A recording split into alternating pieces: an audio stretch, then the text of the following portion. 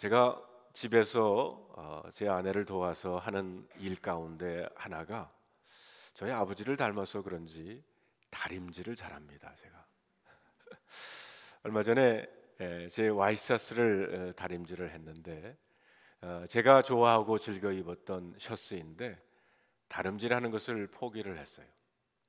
더 이상 입을 수가 없었기 때문입니다.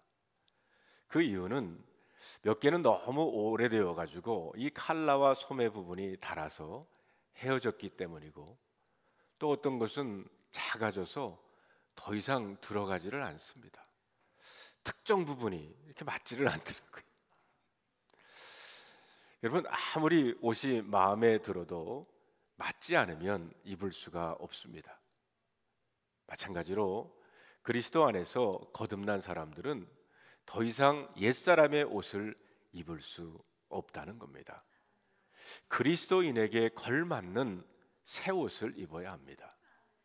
오늘 본문에서 바울은 그리스도인이 입어야 하는 새로운 옷을 소개하고 있습니다. 그러면서 바울은 먼저 벗어야 할 옛사람이 있다고 말합니다. 옛사람이란 예수님 영접하기 전에 우리의 모습을 말하는 것입니다. 여러분, 오늘 본문 17절에 있는 말씀을 우리 다 같이 한번 읽어볼까요? 그러므로 내가 이것을 말하며 주 안에서 증언하노니 이제부터 너희는 이방인이 그 마음에 허망한 것으로 행함같이 행하지 말라고 그랬습니다. 사도 바울은 이방인처럼 살지 말라고 강력하게 촉구하고 있는 겁니다. 이 17절 말씀을 새 번역에서 읽어보면 이렇습니다. 그러므로 나는 주님 안에서 간곡히 권합니다. 이제부터 여러분은 이방 사람들이 허망한 생각으로 살아가는 것 같이 살아가지 마십시오. 여기서 이방인이란 바로 옛사람을 의미합니다. 첫째는 우리는 옛사람의 허망한 것을 벗어버려야 한다는 것입니다. 여기 허망하다라고 하는 이 말은 방향과 목표가 없다라는 뜻입니다. 우리가 아무리 효율적인 삶을 살고 우리가 아무리 자기 분야에서 성공적인 인생을 살아갈지라도 인생의 목적과 방향이 잘못되었다면 결국 그 인생은 삶을 허비하는 것이라는 겁니다. 다시 말해서 우리의 삶의 목적이 하나님의 영광과 그분 안에서 누리는 기쁨이 아니라면 우리의 인생은 허비된 것이라는 말입니다. 그래서 허망함이란 허무함, 목적이 없는 삶을 사는 것을 의미합니다. 이방인의 삶은 그 목적 자체가 잘못되었기 때문에 결국은 허무하고 목적이 없는 허망한 삶을 살게 되었다는 겁니다. 에베소 사람들의 모습을 보면 이런 모습을 찾아볼 수가 있습니다. 에베소는 로마 다음으로 그 당시 큰 도시 중에 하나였어요.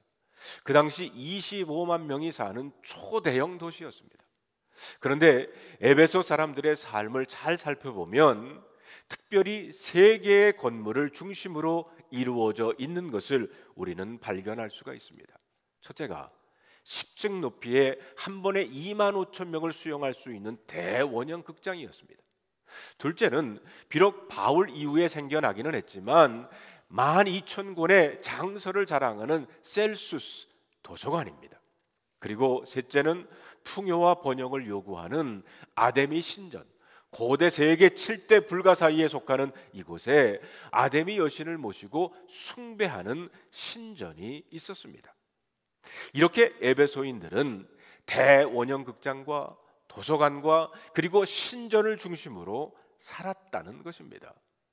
에베소인들은 극장에서는 쾌락과 오락을 추구를 했고요, 도서관에서는 지식을 탐닉을 했으며, 그리고 신전에서는 풍요와 번영을 요구했지만 성경은 이들의 삶을 한마디로 허망한 삶이라고 말하고 있습니다. 왜 그랬을까요? 18절, 19절에 있는 말씀을 봅시다. 그들의 총명이 어두워지고 그들 가운데 있는 무지함과 그들의 마음이 굳어짐으로 말미암아 하나님의 생명에서 떠나 있도다. 그들이 감각 없는 자가 되어 자신을 방탕에 방임하여 모든 더러운 것을 욕심으로 행했다라고 했습니다. 둘째는 옛사람의 굳어진 마음을 벗어버려야 한다는 겁니다. 여기 굳어짐이라는 말을 헬라어 원어로 보면 포로신이라고 하는데, 그 뜻은 돌같이 딱딱한 상태를 의미하는 것입니다. 대리석보다도 더 굳은 돌을 말하는 단어에서 유래되었는데, 의학적으로 보면요, 관절 속에 생겨 관절의 그 원활한 동작을 마비시키는 통풍석을 의미하기도 한다는 것입니다. 마음이 굳어짐이란 말은 자신의 잘못에 대해서 양심의 가책을 느끼지 못하는 무감각한 상태를 말합니다. 그래서 이방인들의 마음과 정신에는 참 평안이 없다고 했습니다. 최고의 도서관이 있었지만 참 진리를 알지 못했습니다. 좋은 극장이 있었지만 참 기쁨이 없었습니다. 엄청난 크기의 신전이 있었지만 그들에게는 참 생명이 없었다는 겁니다. 그래서 그들의 마음은 굳어졌고 모든 감각은 고장이 나서 선과 악, 진리와 거짓을 구별하지 못하여 결국에는 하나님의 생명에서 떠난 자가 되었다고 했습니다. 이들의 삶은 한마디로 허망한 것이었습니다. 성도 여러분, 여러분의 삶은 어떠합니까? 우리들도 혹시 에베소 교인들처럼 극장을 찾아다니고 도서관을 찾아다니며 교회를 찾아다니고 있지만 참 평안과 참 기쁨과 참 생명이 없지는 않습니까? 내 안에 만족함과 감사함이 아니라 내 마음에 왠지 모를 허무함과 허탈함이 있지는 않습니까? 그렇다면 우리들도 이방인들처럼 허망한 삶을 살고 있는 겁니다. 여전히 옛사람을 벗어버리지 못하고 있는 겁니다. 그러나 여러분, 우리가 반드시 기억해야 하는 것은 우리들은 이방인이 아니라는 겁니다. 우리는 거룩한 이방인, 그리스도인이라는 것을 기억하시기를 바랍니다. 에베소서 2장의 말씀처럼 우리도 그때에는 이방인이었습니다. 우리가 그때에는 옛사람으로 하나님으로부터 멀리 있던 그리스도 밖에 있었던 사람들이었습니다. 그러나 이제는 예수 그리스도의 보혈로 말미암아 하나님의 자녀가 된 줄로 믿습니다. 셋째로, 옛사람의 더러운 욕심을 우리들은 벗어버려야 합니다. 19절의 말씀을 우리 다 같이 한번 읽어볼까요?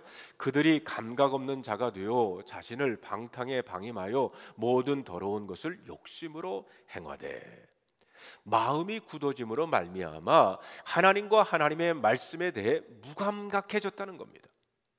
세상 문화에 마음을 줘버리면 영적인 감각은 무뎌져서 하나님에 대해서, 영적인 것들에 대해서 반응하지 못한다는 겁니다. 여러분, 에레미야 35장에 보면 레갑이라는 족속이 나옵니다. 이 사람들은 자신들의 조상인 요나답의 뜻대로 포도주를 멀리하고 유목생활을 하며 장막에서 사는 약속을 지켰습니다. 여기에서 첫 약속이 뭐냐 하면 술을 입에도 대지 않겠다는 것이었습니다.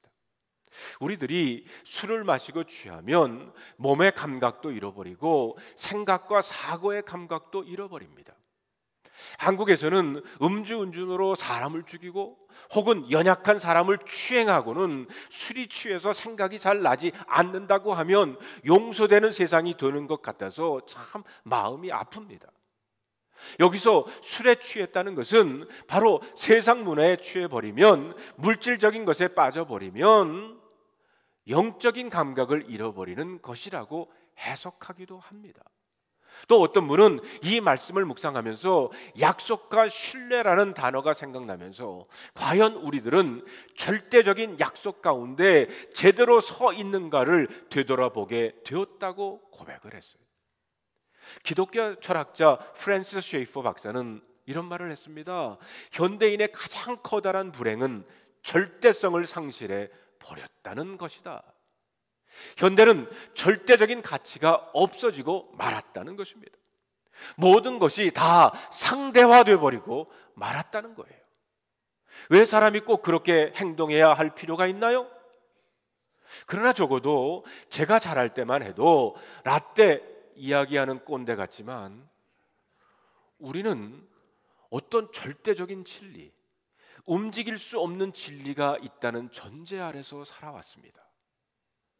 그렇게 하면 안 되지. 이것은 어떤 절대적인 가치와 기준이 있다는 것을 전제하는 말입니다.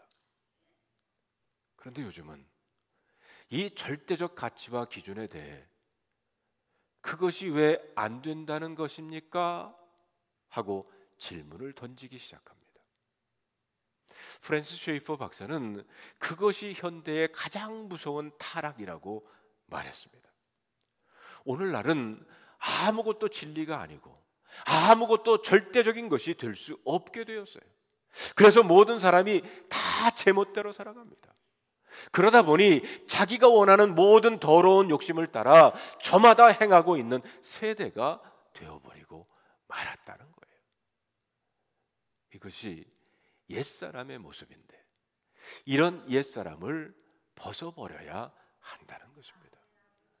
그리고 이제는 새 사람을 입어야 합니다. 여러분, 오늘 본문 20절, 21절에 있는 말씀을 우리 다 같이 한번 읽어볼까요? 오직 너희는 그리스도를 그같이 배우지 아니하였느니라. 진리가 예수 안에 있는 것 같이 너희가 참으로 그에게서 듣고 또한 그 안에서 가르침을 받았을진대. 첫째로 우리들이 입어야 될 새 사람이라고 하는 것은 그리스도의 가르침을 입어야 된다는 거예요. 오늘 우리에게 필요한 것은 예수 그리스도를 온전히 배우고 알아가는 것입니다. 바울은 이 예수 그리스도를 전하기 위해서 에베소 교인들을 철저히 가르쳤습니다. 바울은 두란노 서원에서 무려 2년 동안 예수 그리스도의 복음과 하나님 나라를 전했습니다. 바울은 에베소 교인들에게 무엇을 가르쳤을 것 같습니까? 아마 자신이 만난 주님을 전했을 것입니다. 예수님이 우리를 위해 무엇을 하셨는지를 가르쳤을 것입니다. 그리고 하나님의 자녀로서 어떻게 살아가야 하는지를 분명하고 확실히 가르쳤을 것입니다. 에베소 교인들은 바울이 전한 복음을 확실히 들었던 사람들입니다. 그 복음이 얼마나 강력했든지 에베소에 놀라운 일이 일어나기를 시작합니다. 그리고 반면에 엄청난 저항을 받기도 했습니다. 여러분, 사도행전 19장 17절 20절의 말씀을 보면 이런 얘기가 나와요. 에베소에 사는 유대인들과 헬라인들이 다 이를 알고 두려워하여 주 예수의 이름을 높이고 믿은 사람들이 많이 와서 자복하여 행한 일을 알리며 또 마술을 행하던 많은 사람이 그 책을 모아가지고 와서 모든 사람 앞에 불사르니 그 책값을 계산한 즉 은 5만이나 되더라. 이와 같이 주의 말씀이 힘이 있어 흥왕하여 세력을 얻었느니라. 바울이 전한 주 예수의 복음이 에베소의 영적 판도를 완전히 바꾸어 놓았다는 겁니다. 예수의 복음을 들은 사람들이 어떻게 했습니까? 첫째, 자기의 죄를 자복하기를 시작했어요. 그리고 마술을 행했던 마술사들이 자기들의 생계를 유지했던 자기들의 책을 가지고 와서 마술책을 불태워버리기 시작했습니다. 태워진 그 책값만 해도 5만 드라크마나 된다고 그랬어요. 여러분, 그 당시 1드라크마가 노동자 하루 품삯이라고 한다고 그러면 엄청난 마술책이 태워졌다는 것입니다. 이 이야기는 그만큼 에베소 지역에 마술책이 많이 있었다는 것이고요, 또한 수많은 사람들이 마술에 따라 살았다는 것을 의미합니다. 그런데 주 예수의 복음이 확실하게 전해지자 사람들이 회개하고 자복하고 그 많은 마술책을 태워버리기를 시작했다는 거예요. 이처럼 에베소 교회는 주 예수의 복음을 확실히 들은 교회였습니다. 그래서 오늘 성경이 이렇게 말하고 있습니다. 20절에 보면 너희는 그리스도를 그같이 배우지 아니하였느냐. 사랑하는 성도 여러분, 오늘 우리가 믿고 따르는, 여러분이 믿고 따르는 예수님은 어떤 분입니까? 예수님의 삶은 화려한 왕국이 아니라 십자가를 향하는 골고다 언덕이었습니다. 예수님의 삶은 태도는 자기를 높이고 자기를 주장하는 것이 아니고 철저히 자기를 낮추고 하나님의 말씀에 순종하는 겸손의 삶이었습니다. 예수님의 기쁨은 자기의 만족과 유익이 아니라 자기 백성을 구원하고 하나님의 영광을 높이는 삶이었습니다. 그래서 히브리서 12장 1~2절에 보면 믿음의 주요 또 온전하게 하시는 이인 예수를 바라보자. 그는 그 앞에 있는 기쁨을 위하여 십자가를 참으사 부끄러움을 개의치 아니하시더니 하나님 보좌 우편에 앉으셨느니라. 사랑하는 성도 여러분, 오늘 성경이 말하는 예수 그리스도, 제가 믿고 따르는 예수님은 바로 이런 분이십니다. 여러분의 예수 그리스도는 어떤 분입니까? 둘째로, 우리는 계속적으로 새 사람을 입어야 한다는 것입니다. 22절에 보면 너희는 유혹의 욕심을 따라 썩어져가는 구습을 따르는 옛사람을 벗어버리라고 그랬어요. 그런데 옛사람을 벗어버려야 하는 것을 알지만 왜 이렇게 힘이 듭니까? 그것은 옛사람이 얼마나 무서운지 모르기 때문입니다. 많은 교인들이 예수님을 믿고도 진정 죄를 회개하지만 옛사람을 청산해야 한다는 의식이 약합니다. 자신이 죄인이라고 고백은 하지만 모든 사람이 다 죄인이지요 하는 정도의 마음이에요. 나만 죄인입니까? 털어서 먼지 안 나는 사람 어디 있습니까? 하나님 마음에 합한 다윗도 간음하지 않았습니까? 이런 태도를 갖는 것은 옛사람의 행실을 벗어버리지 못하면 지옥에 간다는 것을 모르기 때문입니다. 자신에게 붙어있는 옛사람이 얼마나 지긋지긋하게 자신을 사로잡고 있는지, 결국 지옥까지 끌고 갈 것이라는 것을 깨닫지 못합니다. 그래서 옛사람을 벗어버려야 하겠다고 하는 생각은 진지하게 하지를 않는다는 거예요. 그렇기 때문에 예수님을 진정 주님으로, 나의 삶의 주인으로 영접하지 않는 것입니다. 또한 삶의 주인을 바꾸기를 싫어하는 마음도 있어요. 이런 정도의 믿음을 가졌기에 재산 문제 하나로도, 자존심 문제 하나 가지고도 우리는 영생의 주님을 떠날 수 있다는 겁니다. 삶의 변화를 원하는 이들도 좌절에 빠지기도 합니다. 사실 많은 교인들이 새 사람이 되어보려고 노력합니다. 이제부터 죄 짓지 말아야지, 혈기 부리지 말아야지, 사랑해야지, 참아야지, 하나 돼야지, 자비로워야지, 용서해야지. 그러나 안 됩니다. 노력하면 할수록 계속 두려움과 좌절에 빠집니다. 결국은 하나님 말씀대로 살기 어렵다면서 좌절하거나 적당하게 살 수밖에 없다고 타협하고 말아요. 성도 여러분, 옛사람을 벗어버리고 새 사람을 입는 것은 우리 노력으로 할 수 있는 일이 아니라는 거예요. 우리 노력으로 할 수 있었다면 예수님께서 십자가에 못 박히지 않으셨을 겁니다. 우리가 옛사람을 벗어버리는 것은 십자가의 능력으로 되어지는 것입니다. 여러분, 로마서 6장 6절에 보면 우리가 알거니와 우리의 옛사람이 예수와 함께 십자가에 못 박힌 것은 죄의 몸이 죽어 다시는 우리가 죄에게 종노릇하지 아니하려 함이라고 했습니다. 그리고 성령님께서 우리 마음에 임하심으로 새 사람을 입을 수 있는 것입니다. 성령님께서 우리 마음에 오셔서 하시는 일은 마음을 변화시켜 주시는 것입니다. 여러분, 오늘 23절에 있는 말씀을 다 같이 한번 읽어볼까요? 오직 너희 심령이 새롭게 되어. 여러분, 여기 심령이라고 하는 그 원어의 뜻을 보면 인간 존재의 가장 깊은 곳을 가리키는 겁니다. 성령님은 이곳에 임재하셔서 성도를 다스립니다. 이러한 성령의 역할과 관련해 인간은 수동적인 위치에 놓일 수밖에 없지만 바울은 심령이 새롭게 되어야 한다고 말하고 있습니다. 그것은 성령의 세례를 통해서 근본적으로 새로워진 심령을 우리들이 잘 간수해야 한다는 뜻입니다. 여기에 성도들이 능동적으로 움직여야 될 여지가 남아있는 거예요. 그러하기에 새 사람이 되려면 행실을 고칠 것이 아니라 마음이 먼저 새로워져야 합니다. 감옥에 갇힌 사람은 자유가 없어요. 그게 형벌입니다. 그러나 그 사람의 생각마저 가둘 수는 없습니다. 그러므로 정말 두려운 것은 육신이 감옥에 갇힌 것보다 마음이 감옥에 갇힌 것이 더 두렵다는 거예요. 마음에 악한 바이러스가 침투해서 마음이 병들고 묶인 자들이 너무나 많습니다. 불신, 미움, 증오, 좌절, 우울, 악령, 음란, 탐심, 거짓, 수많은 사람들이 마음이 굳어져서 이런 생각에 묶여져 있다는 거예요.